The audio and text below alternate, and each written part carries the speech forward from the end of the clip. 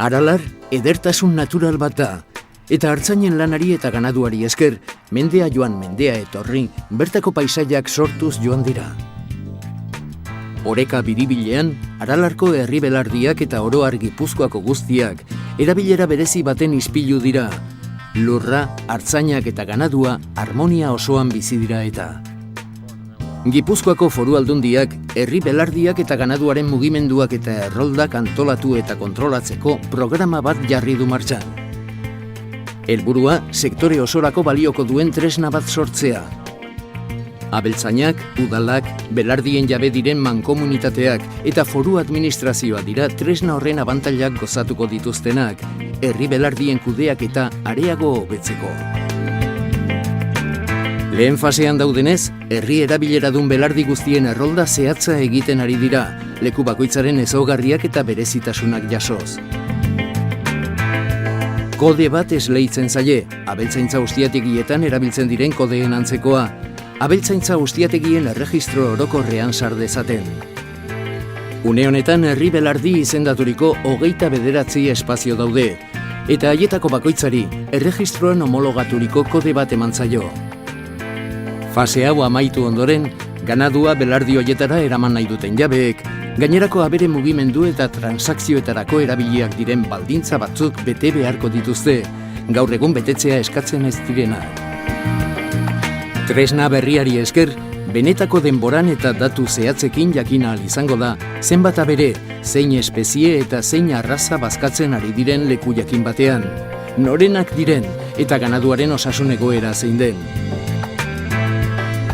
Beraz, mendiak eta belardiak kudeatzeko proiektu integral bat da, gune guztiak kontuan hartzen dituena.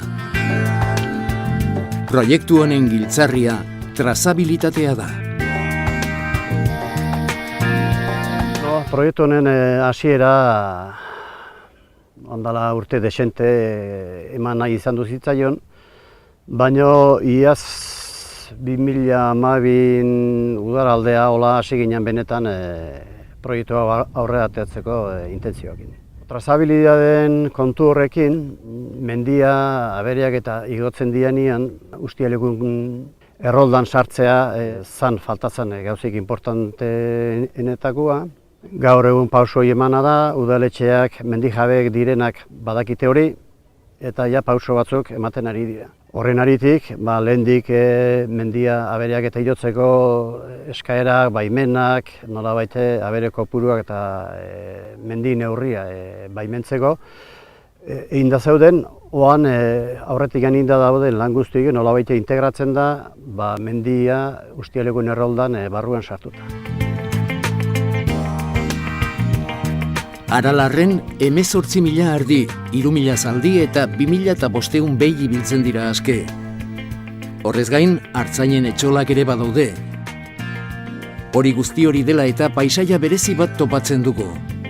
Hortaz, belardiak funtsezkoak dira Gipuzkoako abeltzaintzarako, eta tradiziozko jarduera izanik, bertoko arrazen alde egiten laguntzen du.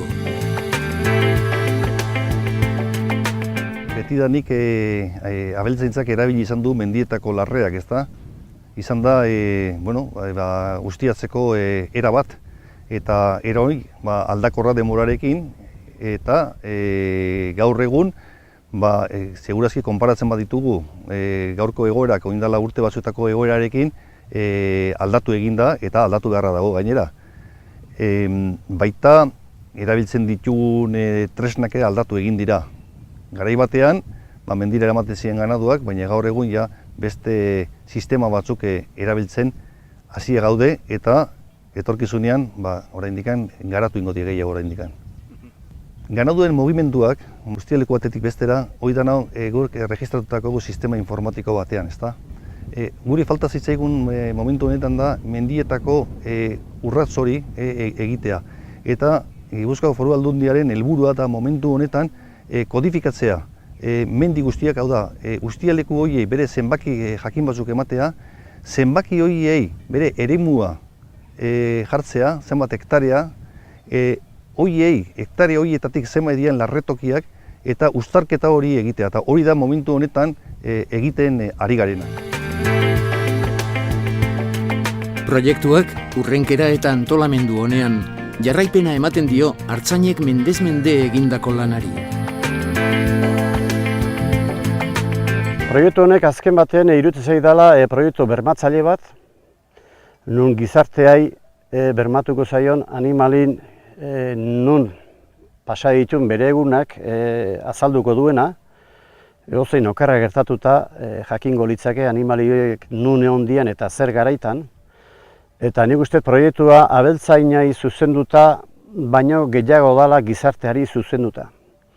Orduan gizarteak ez proiektu honengatik bestelare jakin beharko luke eremu hauek duten itxura, suposatzen duten paisaia eta ekartzen duen onura dala abeltzain batzui esker, eta proiektu hau dala nolabait beste abeltzaina guztien gizarte zati nagusi horrentzako nolabait egindako gauza bat.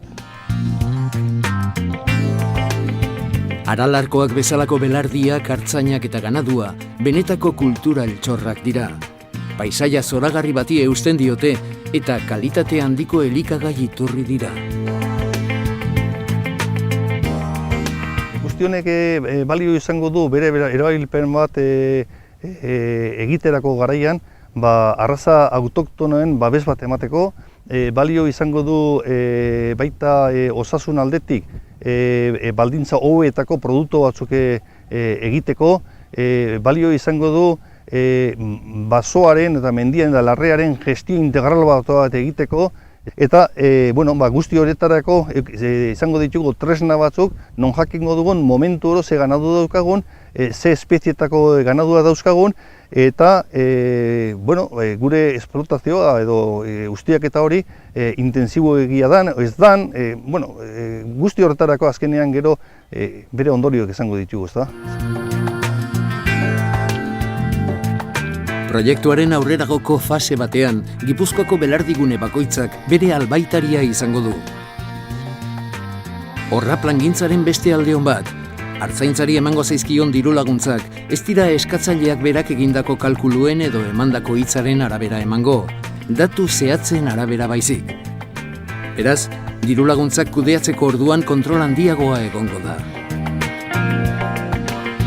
Proiektua zalantzari gabe tresna bat gehiago da, Gipuzkoan abeltzaintza tradizionalaren etorkizuna bermatzeko.